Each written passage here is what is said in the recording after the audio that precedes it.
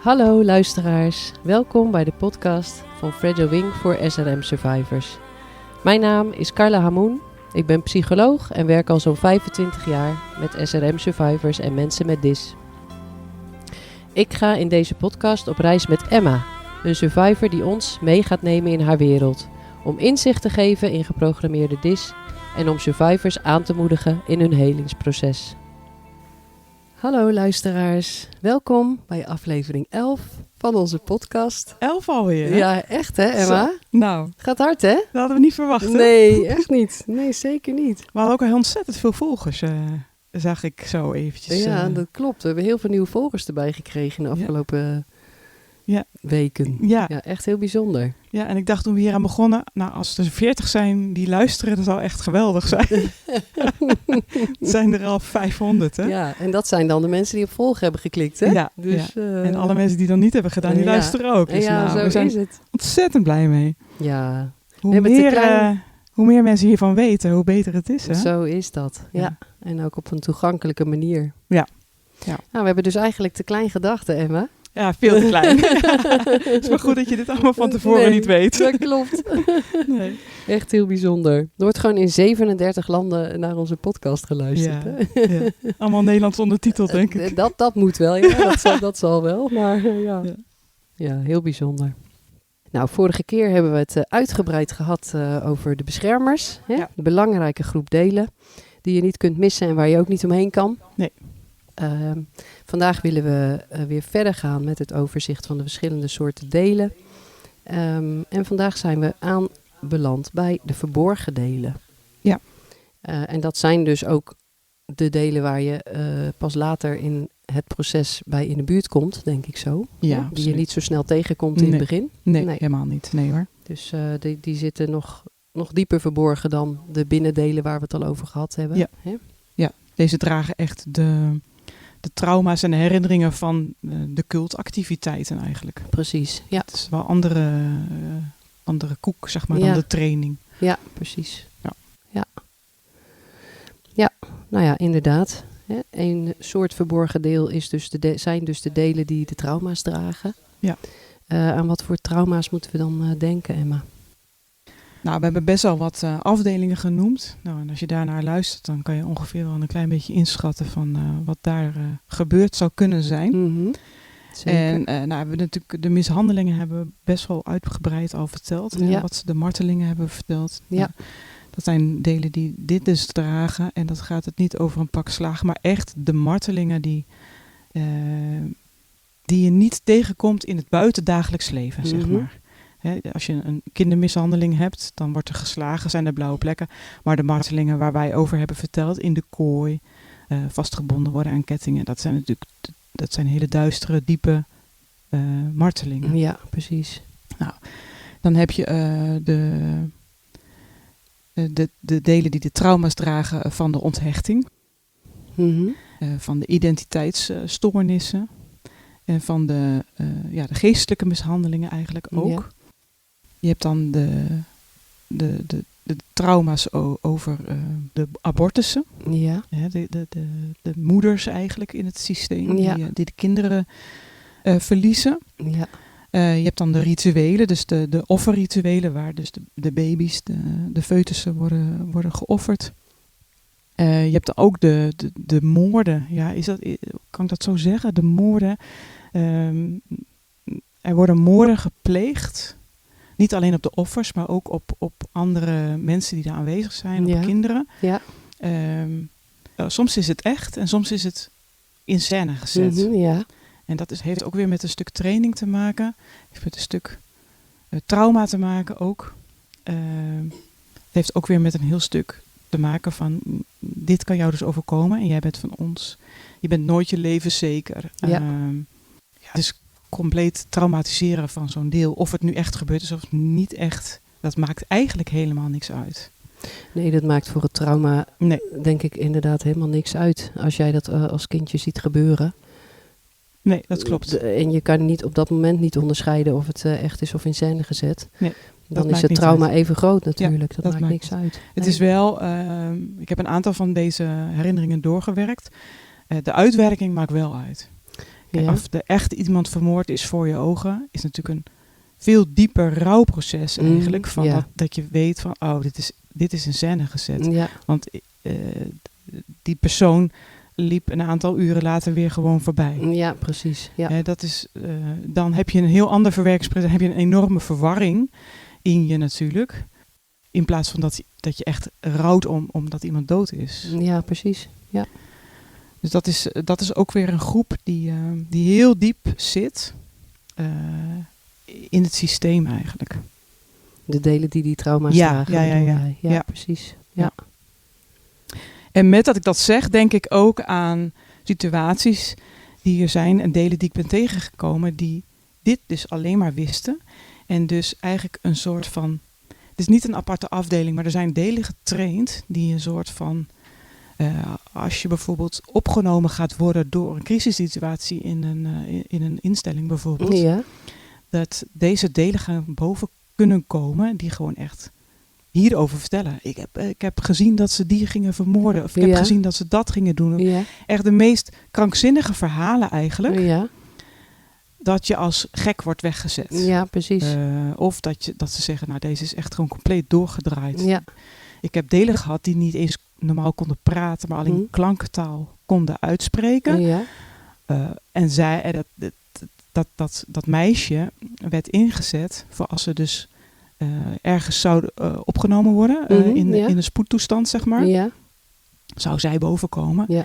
Ja, dan word je gewoon als krankzinnige soort van weggezet. Ja. En daarop behandeld, zeg maar, eigenlijk. Word je ook gelabeld als psychotisch, denk ik. Hè? En ook zeker met als je verhalen vertelt over deze trauma's. Ja. Wat zo ver van de realiteit van de meeste mensen afstaat, inderdaad. Word je heel snel natuurlijk als psychotisch gelabeld. Ja, klopt. Ja. Ja. Ik heb ook wel een paar delen gehad en die vertelden over een nacht waar ze zeiden, daar is een meisje door de honden verscheurd. Oh ja, ja. En dat meisje was compleet van de wereld doordat zij gezien had dat dus een ander meisje werd opgegeten door die honden. Ja. En toen zijn we met elkaar echt, heb ik de delen van dat verhaal erbij gehaald. Ja. Van wat hebben wij dus allemaal gezien. Dus iedereen begon te vertellen. En bleek dus dat meisje inderdaad achterna werd gezeten door een hond. Maar die hond zat wel aan een hele lange lijn. Oh ja. Dat meisje viel. Vervolgens lagen daar stukken vlees. En die honden gingen dat vlees opeten. Ja. En degene die het moest zien stond ver genoeg naar achter, zeg maar, dat hij dacht dat kind wordt opgegeten. Ja. En maar ik zag helemaal het bloed van op de bek van de honden, zeg maar. Ja, dat kan als je dus die stukken vlees eet, weet je wel. En zo wordt dat helemaal in scène gezet. Ja. En één zo'n deel is compleet getraumatiseerd. Ja, en als je in zo'n verhaal gaat, komt dit als een horrorverhaal compleet terug. Inderdaad. En ja, dat is echt een trauma om te binden, om vast te houden, op je plek te houden. Ja, hè? Precies. En ook een hele grote waarschuwing. Als jij de volgende keer niet luistert, gaat dat met jou gaat die honden ook achter jou aan. Ja, precies. Dus er zit zoveel in zo'n in scène gezet stuk. Mm-hmm. Zoveel boodschappen natuurlijk ook die je moet meenemen. Hè? Ja, dus die zitten heel diep in het systeem. Ja. Ja, je hebt het net eventjes heel snel genoemd. De abortussen en de offers. Hè, en de moederdelen als het ware. Die dus hun kinderen hebben. Die dus kinderen hebben moeten krijgen voor de cult. Hè, voor de groep. Ja. En die kinderen ook. Van wie de kinderen ook afgenomen zijn en geofferd zijn. Dat zijn natuurlijk ook hele diepe trauma's. Ja. En die kom je ook niet zomaar tegen deze delen. Nee, precies. Die komen echt, bij mij kwamen ze op een keer binnen. Ja. Of naar buiten eigenlijk. Ja, ja. Dat daar eens iets over gezegd was. Of ik weet het niet meer precies. Maar dat een van mijn meiden, mijn moeders delen kwam boven. En die zei, maar weet jij dan waar mijn kind gebleven is? Oh, ja. En ik wist dat dit kon gebeuren. Maar ik herkende het nog niet van mezelf. Nee. En ik weet dat ik echt dacht, oh nee, nu gaat dit verhaal open. Nou ja, precies. Dat was afschuwelijk. Ja, vreselijk. En ik weet, zij was in paniek. Ik raakte gewoon natuurlijk ook helemaal in paniek. Want ik denk, wat hangt er nu nog boven mijn hoofd, hè? Ja. Hierover. Maar inderdaad, er zijn dus meisjesdelen die echt getraind worden. Ja, het klinkt natuurlijk, het is geen woord meer hier wat hier goed in klinkt. Maar die zijn eigenlijk vanaf je 12e dat je vruchtbaar bent, ben je eigenlijk continu zwanger. Ja, nou, je wordt echt gebruikt om kinderen te krijgen voor de groep. Dat is eigenlijk dan de taak van dat deel. Hè? Zo moet je het maar zien, denk ik. Ja, en dan zijn er daaromheen ook delen die dus in de gaten houden van of dat deel vruchtbaar is. En of daar een kind verwekt kan worden en welke tijd het beste is. En dat wordt allemaal weer doorverteld aan de daders. Ja. Dus in dat systeem is er natuurlijk ontzettend veel wantrouwen naar elkaar toe. Heel veel pijn naar elkaar toe. Ja. En alles snijdt daar. Alles doet zeer daar. Nou. Voor die delen die dus moeten vertellen. Er zijn een aantal moeders vruchtbaar. Ja, je bent alleen maar aan het verraden eigenlijk. Hè? Ja. Ja, dus dat is heel, heel heftig daar. Die afdeling is echt heel heftig. Ik vind dat ook zo hartverscheurend. Hè? Dat dus het ene deel door de cult wordt ingezet om iets over het andere deel te zeggen. Of het andere deel iets aan te doen. Of, nou ja, in dit geval dus dan te vertellen van dit deel is nu vruchtbaar. Ja.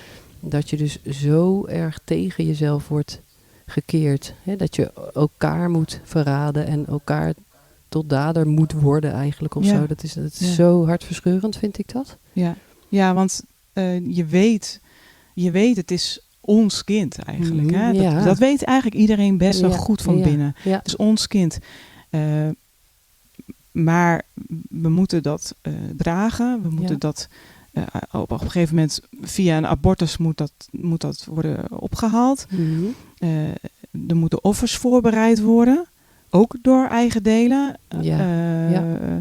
Voor ons eigen kind. Weet je? Dus alles wordt van binnen in verschillende groepen. In verschillende taken. Voor hetzelfde kind. Ja, voor hetzelfde doel. Ja. Nou, dat is afschuwelijk. Ja. Dat krijg je van binnen niet bij elkaar gedacht, bedacht. Nee. En daar knap je ook letterlijk uit elkaar. Ja. Daar hoef je niet eens voor getraind te worden of rondgedraaid. Dat is al genoeg om uit elkaar te gaan, zeg maar. Ja, het is gewoon zo kwaadaardig om delen dat elkaar te laten aandoen. En dan ook nog je eigen kind eigenlijk te moeten aandoen. Ja, daar zijn inderdaad geen goede woorden voor. Nee. Maar ik denk toch goed om het wel te benoemen, om het wel te vertellen. Want dit is wel hoe het werkt. En zo ver gaat het wel. En zo diep in je systeem gaat het natuurlijk wel. Ja. En zo groot is dat trauma. Hè? Trauma is daar niet eens meer een goed woord voor, vind ik. Nee, dit is geen trauma. Nee, dit is, dan ga je zo... je gaat gewoon helemaal kapot. Ja. Nee? Ja. Want het is ook een stukje van jezelf wat je daar echt wegoffert. Hè? Ja. Het is natuurlijk een stuk... ik ben ook kinderen verloren daar. Ik zeg altijd verloren, maar dat is eigenlijk helemaal niet waar. Ik ben helemaal niks verloren daar. Het is me geroofd. Maar verloren klinkt altijd net iets draaglijker dan. Ja, dat je daar voor mezelf. Ja, maar er is natuurlijk altijd een dader bij, die dus, waar ook het kind een deel van is. Maar ook een stuk van jezelf. Ja, precies. En dat wordt weggegeven. Hè? Dat wordt letterlijk geofferd. En zo voelt het ook. Ja. Dat je een stuk van jezelf kwijtraakt. Ja, voor elk kind wat je kwijt bent, voelt dat. Je raakt een stuk van jezelf kwijt. Ja. Letterlijk. Ja, precies. Compleet tegen je wil in. Hè? Ja, tuurlijk. Ja, want, ga ik even heel plastisch zeggen eigenlijk. Want de daders willen kinderen... om voor hunzelf te kunnen offeren. Om te verkopen, om te kunnen offeren. Als iemand zo'n kind koopt, dan stijg je weer in ranking, zeg maar, in de geestelijke wereld. Maar er worden dus ook plekken opgezocht waar dus de kinderen verwekt worden. Dus dat wordt ook nog uitgezocht. Het is allemaal vooropgezet. Ja, precies.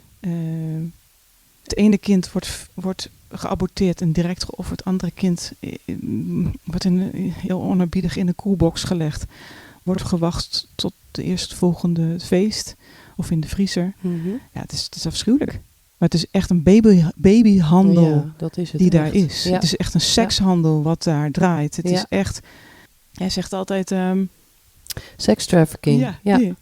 Nou ja, denk ook... we hebben het nu natuurlijk over de babytjes die geofferd worden. Maar niet alle babytjes worden ook geofferd natuurlijk. Sommige kinderen overleven ook de geboorte, zou ik maar zeggen. Ja. En moeten juist blijven leven. En worden weer verhandeld, verkocht. Of voor de seksindustrie ingezet. Of voor de baby- en kinderpornografie ingezet.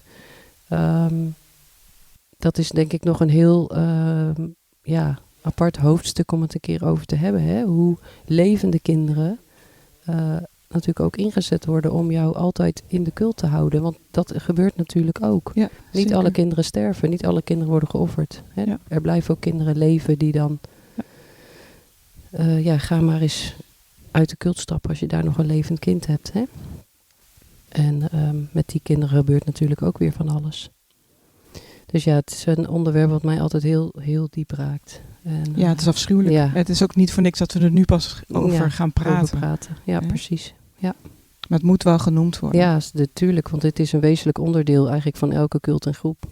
Dit is eigenlijk een basis waar zo'n groep op draait. Ja, precies. Ja. En ik weet dat er vanuit hogere groepen, bijvoorbeeld die hogere standaard hebben, ook in de geestelijke wereld, gescout wordt bij de lagere groepen voor meiden, voor vruchtbare meiden, om zoveel mogelijk kinderen daarvan uit weer mee te nemen. Zeg maar. Ja. Je hebt groepen die eigenlijk zich heel erg bezighouden met de magie, met de hekserij, echt heel hoog staan. En je hebt groepen die daar wel wat van meedoen en overal eigenlijk een beetje van meedoen, maar die juist heel erg zijn in het aanleveren van de baby's eigenlijk. Ja, precies. Ja, dat klinkt zo afschuwelijk. Ja, dat is ook afschuwelijk. We hebben het hier gewoon over levende kinderen, hè? Ja. Over babytjes, ja. Ja, daar zijn geen goede woorden voor, nee. Om dat ook recht te doen. En dat voelt altijd een beetje... Ja. Nou, het is heel kwetsbaar om over te praten. Op een goede manier. Hè? Want je kunt er eigenlijk niet over praten. Want het is een verborgen wereld. Ja. Het hoort niet bij de levende wereld. Het hoort niet bij de wereld van buiten. Nee.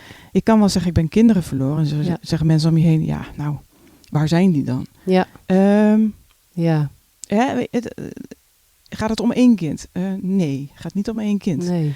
Maar dan wordt het al heel gauw dat kan niet verhaal, weet je wel? Ja, het wordt het wordt natuurlijk heel snel heel ongemakkelijk. Dat mensen totaal geen raad daarmee weten. En ook ongeloofwaardig. Ja, en ik weet nog wel dat ze tegen mij zeggen, we gaan het zo gek maken bij jou. Niemand gaat jou meer geloven. En dat gaat natuurlijk ook op dit vlak, weet je wel? Precies. Op heel veel vlakken, maar ook op dit vlak. Ja. En je kunt er eigenlijk dus in de buitenwereld heel erg weinig over rouwen. Ja, dat is echt zo. Want het is niet een erkend, het is niet een geregistreerd kind. Je bent het niet verloren doordat de zwangerschap niet uitgedragen. Je bent het niet verloren door iets anders. Niemand heeft het gezien. Niemand weet ervan. Niemand weet ervan. Dit is je geroofd. Ja. En dat is zo ontzettend moeilijk. Je kunt er eigenlijk gewoon niet over praten. Nee, het is heel herkenbaar. De survivors die ik ken, die kinderen van wie kinderen geroofd zijn, voelen zich daar altijd intens eenzaam mee. Tegen wie kan je dit nu zeggen? Niemand weet er iets van. Nee. Het bestaan van deze kinderen is totaal onbekend. Ja. Maar het komt wel heel vaak aan bod. In gesprekken gewoon. Of op een formulier. Heeft u kinderen? Moet je op een formulier invullen? Ja, wat moet je dan invullen? Hè? Als je geen levende kinderen bij je hebt. Ja. Nee, dat klopt niet. Ja, dat klopt ook niet. Ja, dat is heel confronterend voor survivors. En het gespreksonderwerp kinderen is natuurlijk in het dagelijks leven komt dat best wel voorbij. En heb je ook kinderen? Of en wat dan je zakt gewoon door de grond. Je wordt er constant ingegooid dan. Ja, dat is echt heel heftig hoor. Ja. Zeker als je nu geen levende kinderen meer hebt. Nou, precies. Ja. Ja, en ik heb ze dan wel. En weet je, met zo'n moederdag bijvoorbeeld, het is natuurlijk een drama. Ja. Want je hebt ze en je bent dankbaar voor de kinderen die je hebt. Maar jongen. Ja. Er zijn er nog wel meer. Ja. Weet je wat dat? Het is altijd rauw. Ja. Er zit altijd een rauwe rand omheen. Ja, tuurlijk. Waar je dus eigenlijk maar met heel weinig mensen over kan hebben. Ja. Die dat echt weten. Dat klopt, ja. En dan is het ook gewoon... je hebt het gedragen, het is weggehaald en het is geofferd. Ja. Dat, hè? Ja. Soms stop ik daar echt. Het is gedragen. Ja. En ik hield ervan. Klaar, ja. ik wil de rest wil ik niet eens aan denken. Nee, weet je wel? Nee, precies. Ja, dus dat is, en soms is dat ook helemaal goed. Dan is dat goed genoeg. Mm-hmm. Ja. Ja, dit is echt wel een van de dingen die mij eigenlijk vanaf dag 1 het diepste heeft geraakt. Hè? Juist ook omdat het in de maatschappij gewoon helemaal geen plek heeft. En moeders zoals jij en andere survivors, waar de kinderen niet bij jou zijn, gewoon geen plek daarvoor hebben. En dat is ook de reden waarom ik in eerste instantie, toen ik mijn website net had, een gedenkboek op mijn website heb gezet. Zodat er een plekje zou zijn van waar deze kinderen genoemd konden worden. Hè? Waar survivors hun verhaal over hun kinderen konden vertellen. Ja. Het is voor mij echt vanaf dag 1 zo'n belangrijk punt geweest. Juist in dit werk van er moet een plek zijn waar het hier over kan gaan. En waar deze kinderen die door niemand worden genoemd gaan worden. En sinds 2021 hebben wij daar ook de gedenkdag voor. De Fragile Wing gedenkdag. Voor de slachtoffers van ritueel misbruik. En dat is uit ditzelfde verlangen natuurlijk voortgekomen. Dat er echt een dag is waarop we juist hierbij stilstaan. En waarop we juist de namen echt hardop noemen. Hè, die aan ons zijn toevertrouwd. Zodat je deze kinderen echt een bestaansrecht geeft. Dat is voor mij zo'n ontzettend belangrijk punt. Ja. Maar voor het rouwproces is het heel belangrijk. Ja. Ik heb mijn kinderen ook een naam gegeven. Ja. Gewoon om ze een identiteit te geven. Ja. Dat is zo belangrijk voor mij. Ook voor hun heb ik gemerkt. Dat doet iets in de hemel, zeg maar. Als ze een naam hebben. Ja. Dat ze gekend en geliefd zijn. Niet alleen door mij, maar ook door hun naam. Ja. En ik heb die namenlijst gehoord bij de gedenkdag. Ja. En ik heb mijn kinderen gehoord. En na een kwartier dacht ik, kan dit alsjeblieft stoppen gewoon? Mm-hmm. Dat het echt, dit zijn zoveel namen. Ja, dat klopt. En het was prachtig om te horen. Maar aan de andere kant, ja, weet je, het klopt niet dat die lijst zo lang is. Het klopt niet dat dit gedaan wordt. Weet je? En dat de helft nog niet eens genoemd is. Nee, natuurlijk. Dat is een afschuwelijke gedachte. Alsjeblieft, stop. Weet je wel? Dat is afschuwelijk. Ja. Het gaat maar door en het gaat maar door. Klopt. Ja, het was gewoon echt bijna een kwartier lang namen noemen, ja. En het voelt zo nodig. En het voelt zo van wezenlijk belang. En het voelt zo essentieel. En het voelt zo als bestaansrecht geven aan al die kinderen die door niemand zijn gekend. Behalve natuurlijk door hun moeders. Hè? Ja. En die gewoon niet een plek hebben. Ja. Nou, dat is natuurlijk ook de reden waarom we het monument hebben opgericht. Hè? Het permanente monument voor de slachtoffers waar mensen ook naartoe kunnen gaan. Ja. Allemaal vanuit dit verlangen van deze kinderen verdienen een plek. Deze kinderen verdienen bestaansrecht. Hè? Dat het bekend is dat ze er zijn. Dat ze op deze aarde zijn geweest en dat ze bestaan hebben. Hè? Ja, dat is zo belangrijk. Ja, ontzettend belangrijk. Ja. Ja, heftig. Dat is inderdaad altijd even, dat gaat altijd zo diep. Ja, even uitblazen. Hè? Ja. Ja, jij had nog wat andere dingen genoemd, Emma. Je zei de trauma's die met de onthechting te maken hebben. Ja, ik zat hierover na te denken. Ik denk, er zijn eigenlijk gewoon dus een verschil tussen een trauma-activiteit uitvoeren, zeg maar. Mm-hmm. En een trauma wat in je is gaan zitten. Mm-hmm, ja. Kijk, je kunt bij een offerritueel is er heel veel taken die worden uitgevoerd. Dat is afschuwelijk om te doen. Daar ga ik niks op afdoen. Nee. Maar voor mij, als ik terugkijk nu, heb ik veel meer last van alle onthechtingstrauma's die op me afgevuurd zijn. Alle geestelijke mishandelingen, alle verwaarlozingen, alle identiteitsproblemen. Omdat die zoveel dieper in je zijn gaan zitten eigenlijk. Het verlies van de kinderen natuurlijk. Dat draag je gewoon. Heel je leven heb je daar echt last van. Omdat het terugkomt in alle nieuwe dingen, alle facetten van het leven. In je nieuwe relaties met nieuwe mensen, in je werk, in je dagelijks leven heb je daar echt last van. Daar loop je constant tegenaan. Ja. Kijk, een offer klaarmaken, dat kan je zeggen, dat heb ik gedaan en dat was toen daar.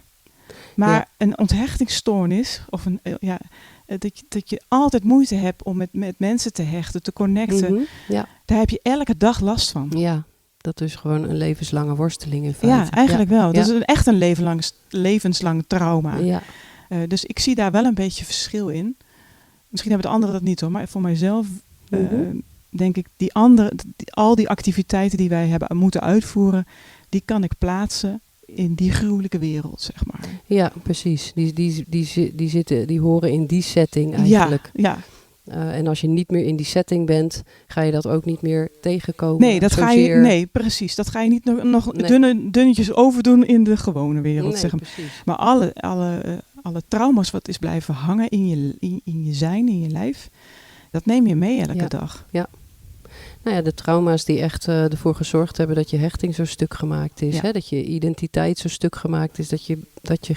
Dat je basis, je bestaansbasis zo stuk gemaakt is. Je bestaansrecht eigenlijk ook gewoon. Het is, die trauma's het is zo die gaan kapot gemaakt. Ja, precies. Ja. En dat is echt, dat merk ik, dat is gewoon echt soms elke dag knokken om daar... om dat niet te geloven. Om dat niet om te zeggen ook van, maar dit is niet zo, ik mag er zijn. Weet je dat? Ja, alle verwaarlozing en alle onderuithalen van wie je bent is natuurlijk, dat gaat heel diep in je wezen zitten. Hè? Dus dat draag je dan inderdaad elke dag met je mee.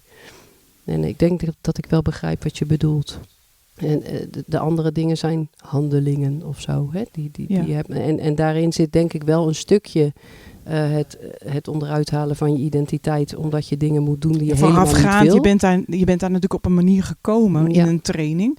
En je bent afgesplitst nog een keer. Ja. Nou ja, we hebben iemand gevonden die dat dan doet. Dat is niet allemaal voor niks gedaan.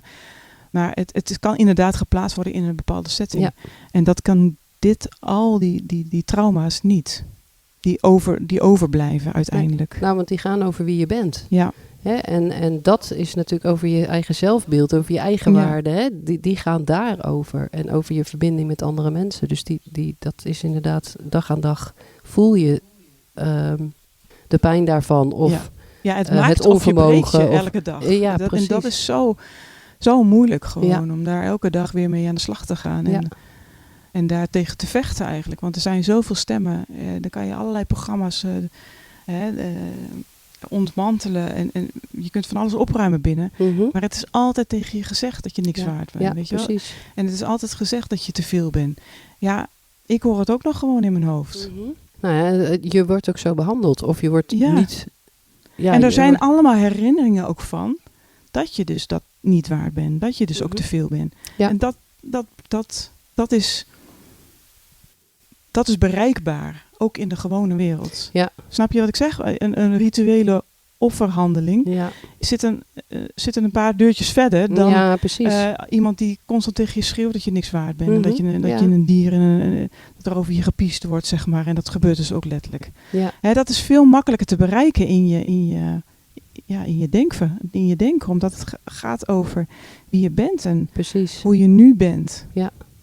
Ja, ik denk dat ik het wel volg, ja. Het is natuurlijk wel zo, hè, als je zo'n offerhandeling moet doen, moet je natuurlijk ook ergens je eigen identiteit en wie je bent geweld aandoen. Dus ik kan me voorstellen dat dat ook iets is wat wel heel diep in je gaat zitten. Ja.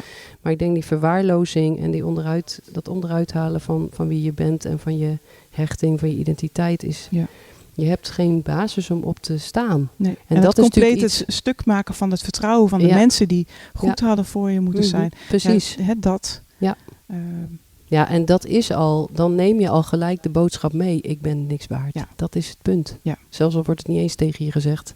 Neem je uit die mishandelingen en uit die trauma's die boodschap gewoon al heel diep mee. Ja. Van, dat je niks waard bent. Of dat je die zorg en die liefde en dat vertrouwen niet waard bent. Dat is omdat het jouw verzorgers zijn. En die boodschap komt zo keihard binnen. En dat neem je overal mee naartoe. Ja. En dat is ook de houding waar je op naar gaat staan. Ja, precies. Dat merk ik zelfs in de supermarkt. Weet je, dat is een heel raar voorbeeld misschien. Maar als ik achter mijn winkelwagentje loop. Als ik weet wie ik ben, loop ik rechterop. Dan dat ik denk van maar ik ben alleen. Ik heb geen familie meer. Wie ben ik nou eigenlijk? Dan loop je anders achter je winkelwagentje. Ja, maar ik mag er zijn. En ik heb het overleefd. En ik ben iemand. Weet je, dat is zo'n wezenlijk verschil. En dat is maar, dan loop je een keer in de winkel, maar dat zit in Het is een heel klein voorbeeld, maar het is hoofd. wel... Ja. Wat er in je hoofd zit, bepaalt ook zelfs hoe je lijf staat. Ja. Want zo is het natuurlijk Ja. vaak wel. Ja, precies. Absoluut. Ja. En dit zijn gewoon echt de dagelijkse worstelingen, hè, waar je elke dag last van hebt en waar je elke dag mee worstelt. Omdat het zo over je identiteit gaat, zo over wie je bent. Dus ik snap dat wel. En al deze trauma's worden dus gedragen door een groep verborgen delen. Hè? Ja, die is denk ik is heel groot. Ja, Daar vallen natuurlijk. weer heel veel afdelingen onder. Ja, zeker. Ja. Maar het is een groep wat heel diep zit in het systeem. Waar Ja. je gewoon heel moeilijk bij komt. Die zich Mhm. niet laten zien. Nee. En omdat daar gewoon heel heftig trauma onder zit. Ja. Wat ook gewoon niet naar de buitenwereld mag. Nee. Want als mensen daarvan gaan horen. Of je wordt niet geloofd. Of ze denken dit is echt foute boel. Hè, dus beide is niet goed. Nee. Dit zijn echt verborgen delen. Ja. Echt verborgen verhalen. Want Ja. dit moet verborgen blijven. Ja. Want anders gaat het bestaan van de groep leeft hierop. Ja, dat klopt. Maar ik denk ook wel, de andere kant is dat het in jezelf denk ik ook heel lang verborgen blijft. Omdat het gewoon zo gruwelijk veel pijn doet. Nou, dat ook. Hè, Hoe dat wil is, je hiermee leven? Daarom. Ja, Dus daar klopt. zitten denk ik twee kanten aan. Ja. Hè, dat zo diep weg zit in je systeem. absoluut. Eigenlijk een onderdeel van die delen, denk ik, zijn de delen die gebruikt of misbruikt worden voor de doelstellingen van het cultnetwerk. Ik denk dat bijvoorbeeld de delen die letterlijk het seksueel misbruik meemaken daaronder vallen.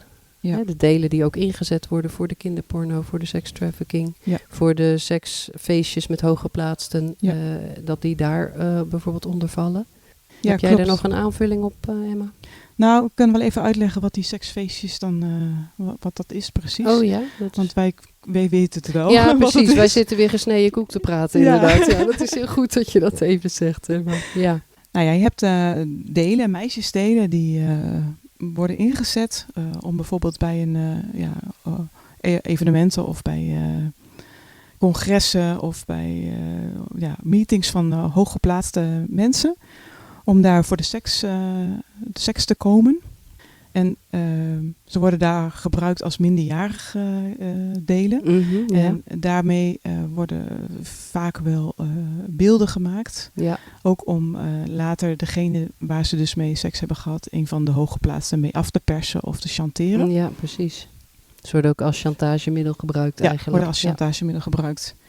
Dus dat zijn de seksfeesten eigenlijk. Ja, precies. Ja. Ik denk dat de meeste van de luisterende survivors dit ook wel herkennen. Hè?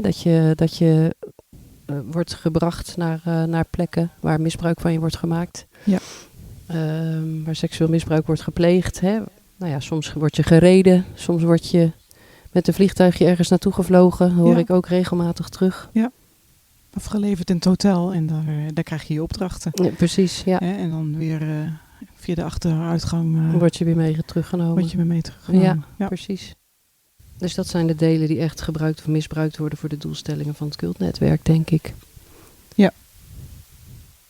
Ja, en het dragen dus van de baby's waar we het net over gehad hebben. Ja, zeker. De moeders daarvan, die worden ontzettend misbruikt. Ja, natuurlijk. verschrikkelijk. Ja. En de rapporteurs worden misbruikt. Ja, en ja. alle co-bewuste buitendelen natuurlijk ook. Hè? Ja. Die, waar we het over gehad hebben, die van binnenwereld weten, van de buitenwereld weten. Ja. En daarop moeten handelen. Ja, en die natuurlijk ook weer jou elke keer weer terug moeten brengen naar de groep of Ja. de cult. Ja, die de taak hebben om je te brengen. En dit is wel echt de basis waar de cult op draait. Ja, op deze delen, hè?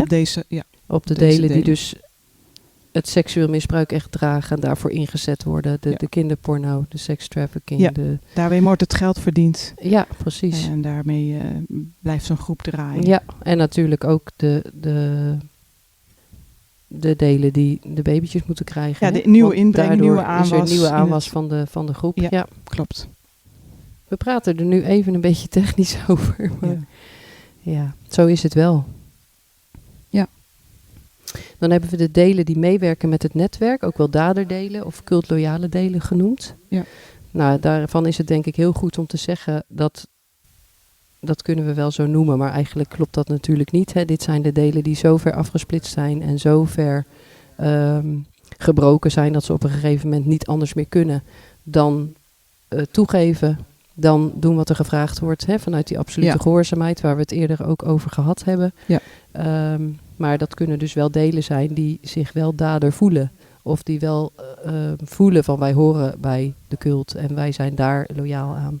Ja, ze zijn dader gemaakt ook. Hè? Precies, ja. We hebben ook wel eens een keer uitgelegd hoe dat werkt. Ja, zeker. En de eerste handeling wordt je hand vastgehouden om een offer te maken. En dan de volgende handeling doe je al met je eigen hand. En dan de derde keer, dan staat degene alleen nog maar achter je. Ja. Maar hoe dan ook, er is nooit een vrijwillige keuze om dit te gaan doen. Nee, dat klopt. En eigenlijk zijn alle slachtoffers ook dader gemaakt. Hè? Hebben alle survivors ook daderdelen. Hè? Dus delen die gedwongen zijn tot het meedoen aan de cult, aan wat er in de cult gebeurt. Hè? En dan hebben we het bijvoorbeeld over het voorbereiden van offers, het doden van of het offeren zelf. Ja. Ook wel delen die gedwongen worden om anderen te misbruiken. Ja. Die vruchtbaarheid doorgeven, hè? Dus zodat het kan blijven draaien, eigenlijk het hele vruchtbaarheidssysteem, als ik dat zo mag zeggen. Ja. Maar ook het ronselen van andere delen. Ja. Die ken ik zelf niet zo goed, maar ik weet wel dat het gebeurt. Ja, ik heb dat ook. Ik kom het niet heel vaak tegen, omdat ik natuurlijk het meeste tegenkom de transgenerationele netwerken. Dus mensen zitten daar al vanaf hun baby af aan, van generatie op generatie in. Ja. Maar ik heb ook wel survivors gekend die wel moesten ronselen. Bijvoorbeeld via de hekserijnetwerken, via de prostitutie ook wel. Bijvoorbeeld asielzoekers in het netwerk trekken. Hè? Mensen die dus kwetsbaar en onbeschermd zijn. En ook bijvoorbeeld op astrale manier andere survivors benaderen. Hè? Ja. Of andere slachtoffers benaderen om hen weer terug naar de cult te lokken of te trekken. Dat is iets wat ik ook wel regelmatig tegenkom. Te roepen voor een meeting bijvoorbeeld. Ja, precies. Dus ik denk dat we die delen daar wel een beetje onder kunnen scharen. Ja, maar het zijn allemaal, ik zou bijna zeggen afgerichte taken. Hè? Er zit geen vrijwilligheid bij, maar deze delen moeten op deze manier deelnemen aan het cultnetwerk. Ja, en dit wordt wel weer gebruikt om, deze basis is hier wel gelegd, om straks de keuze te maken, zeg maar, voor de cult. Iedereen komt op een bepaalde tijd, kom je op het keuzemoment, ga je kiezen voor de cult en ga je daar de rest van je leven in blijven, zeg maar. Oké, ja. En dan word je echt dader, maar ook bewuste dader. Dan verdwijnen de werelden los van elkaar, dan wordt alles één geheel. Mm-hmm. En als je niet kiest daarvoor, dan blijft het gescheiden van elkaar. Ja. Ja, ik zou zeggen gelukkig maar, hè? Dat alleen als je echt een bewuste keus maakt, word je er onderdeel van en anders dus eigenlijk niet. Hè? Ja. Ik denk dat dat wel heel belangrijk is. Want veel mensen voelen natuurlijk wel van alsof ze dat zijn geworden of alsof ze daarbij horen. Maar uiteindelijk is dat gewoon alleen maar zo als je echt een bewuste keus maakt. Ja. Bewuste keus om bij onderdeel te worden van de cult en voor want de duisternis. Want dan verandert van binnen ook het systeem. Ja, precies. Ja. Maar dan kies je natuurlijk ook echt voor het kwaad en voor de duisternis. Absoluut, ja. En deze delen waar we het nu over hebben, die hebben dat echt niet gedaan. Hè? Daar zit niets vrijwilligs bij. Nee. Maar daar wordt wel de basis gelegd dat die keus gemaakt zou kunnen worden. Dat precies. Je wel voor... Ja, oké. Helder. Ja. Want dan ga je ook je eigen kinderen echt letterlijk inbrengen. Mm-hmm. Ook bewust, zeg maar. Precies. En, alles gaat bewust. Dat is en een heel niet groot meer verschil. Gedwongen vanuit een deel. Ja. Dus dat is een heel groot verschil. Dat is een heel groot verschil, ja. Ja, en dan hebben we nog de delen die de spirituele verbintenissen dragen. Ook een groep verborgen delen. Ja. Ik denk ook heel diep verborgen, hè? Die je helemaal niet snel tegenkomt. Nee, heel diep verborgen, maar die werken ook op diep verborgen manieren, zeg maar. Mm-hmm. Dat is niet heel makkelijk uit te pluizen als je daar eigenlijk nog nooit van gehoord of gezien hebt. Mm-hmm, ja. En waar ik direct aan moest denken waren de generatieverbindingen in de geestelijke wereld die er zijn. Hè. Het gaat natuurlijk van generatie op generatie als je dus uit deze wereld komt. Ja. Dus dan ben je geboren bij wijze van je bent nog niet gesplitst, maar je hebt al alle generatieverbindingen draag je al bij je. Hè? Ja. Dus daar hoef je niks voor te doen. Dat krijg je gewoon al mee. Dat krijg je zo al mee. Ja. En is dat dan bijvoorbeeld ook van bijvoorbeeld je opa of iemand zat in de vrijmetselarij en die lading of die geestelijke lading krijg je dan, die draag je dus eigenlijk al bij je. Die draag je al bij je, Precies. Ja.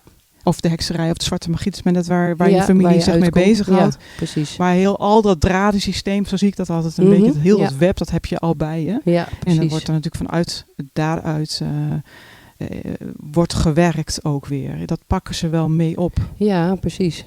Ja. Je gaat er niet blanco in al, want je bent al besmet eigenlijk met de hele generatie. Met de geestelijke lading van, precies, van de generaties voor jou. Ja. En hier hoort denk ik ook het helderziendheid bij, de helderhorendheid. Helderhorendheid, het uittreden, het astraal gaan. Dat je dat gewoon veel makkelijker kan. Dat je daar veel sneller die grip op hebt. Ja. Alle paranormale handelingen eigenlijk, die daarbij horen. Ja. Dus die deuren staan eigenlijk al open. Zo kan je het eigenlijk moeten zeggen. De deuren staan al open, de vermogens liggen er al. Ja. En dat wordt dan verder opgepakt eigenlijk. Als je en de dan ene zou het makkelijker oppakken dan de ander. Maar alles ligt al klaar eigenlijk in jouw leven. Ja, precies. En ze hoeft het alleen maar uit te werken en uit te pakken. Ja, en zo word je dus eigenlijk al geboren met bepaalde gaven, om het maar zo te zeggen. Hè? Ja. Van bijvoorbeeld helderziendheid of helderhorendheid of andere paranormale handelingen of vermogens. Vermogens die dingen die je kunt zien, hè, die anderen niet zien. Ja, klopt. En daar wordt natuurlijk ook wel heel erg op geselecteerd, hè, denk ik vaak. Hè? Want er wordt die gaven die worden natuurlijk ook ingezet. Hè? Er worden ook kinderen echt getraind vanwege de gaven die ze al bezitten bij hun geboorte. Ja. Hè? En dat wordt dan helemaal uitvergroot en dat wordt geëxploiteerd eigenlijk. Ja, dat wordt hun taak. Dat kijken ze in de training ook, denk ik. Hoe werkt dit en waar is dit kind geschikt voor? Ja, precies. Ja. Dat je ook een soort wel uitverkoren wordt op je gaven, hè? Die je dus al vanuit de familielijnen dan meegekregen hebt. Dat is ook wel iets wat je mee moet gaan nemen als je dus uit zo'n groep wil stappen. Dat je dus niet alleen te maken hebt met training, hè, met training van DIS, maar ook met deze dingen. Ja. Je bent geestelijk echt bedraad met iedereen uit je familie. Ja, wil je hier uitstappen, dan moet je op dat vlak ook werk verrichten. Ja, zeker. Ja, dat klopt. Hè, want naast het doorbreken van de programmering en de training heb je ook geestelijk werk te doen. Dus hè, je hebt de geestelijke lijntjes die er lopen. Daar moet ook iets mee, want anders blijf je ook vastzitten. Ja. Hè, en ik denk, we krijgen heel regelmatig vragen over de geestelijke kant van de zaak, hè, van dit hele verhaal. Ja. De geestelijke kant van ritueel misbruik en wat je daarin tegenkomt, wat daarin gebeurt, maar ook wat je daarin tegenkomt als je daaruit wilt stappen en als je vrij wilt worden. En wij willen daar in elk geval heel duidelijk over maken dat wij die geestelijke kant absoluut erkennen. Ja. Dat die is er. En wij gaan daar zeker ook verder nog over praten. Ja, we zijn alleen nog even op zoek naar de beste manier waarop we dat kunnen doen. Maar we erkennen die kant absoluut, want die is er. En dat vereist ook werk. En dat vraagt ook om verbroken te worden. Hè? Maar omdat het zo diep verborgen in je systeem zit vaak, weet je dat ook helemaal nog niet altijd zomaar wat dat is. Nee, dat klopt. Maar het hangt eigenlijk vast aan allerlei verbonden en bloedverbonden. En allerlei, of het baby's, weet je, precies. Of het dieren. Ja. Dat is een groot goed in de geestelijke wereld. Precies, het heeft allemaal een geestelijke impact. Ja. Hè? Ja, en dat legt allemaal ook weer een geestelijke claim op jou als survivor. Heel de seksualiteit die er overal doorheen speelt, is een groot ding in de geestelijke wereld. Ja, zeker. Dus dat is absoluut de moeite waard om over te praten. Ja, zeker. Ja. En inderdaad, alle verbonden en bloedverbonden, maar ook eden die je moet zweren. Ja. Er gebeurt heel veel op geestelijk vlak ook. Ja. En dat vinden wij een ontzettend belangrijk onderdeel van om te belichten. Hè? Om ook dat stuk echt in het licht te zetten. Absoluut. Dus dat gaan wij zeker nog doen. Daar gaan we zeker nog aandacht aan besteden. Ja, komt allemaal nog. Ja, zeker. Ja. We zijn nog lang niet uitgepraat. Nog lang niet uitgepraat. Er gaan denk ik nog heel veel afleveringen komen. Ja. Maar voor deze keer laten we het hierbij. Bedankt voor het gesprek weer, Emma. En voor alles wat jij bijdraagt. Graag gedaan. En deelt met ons.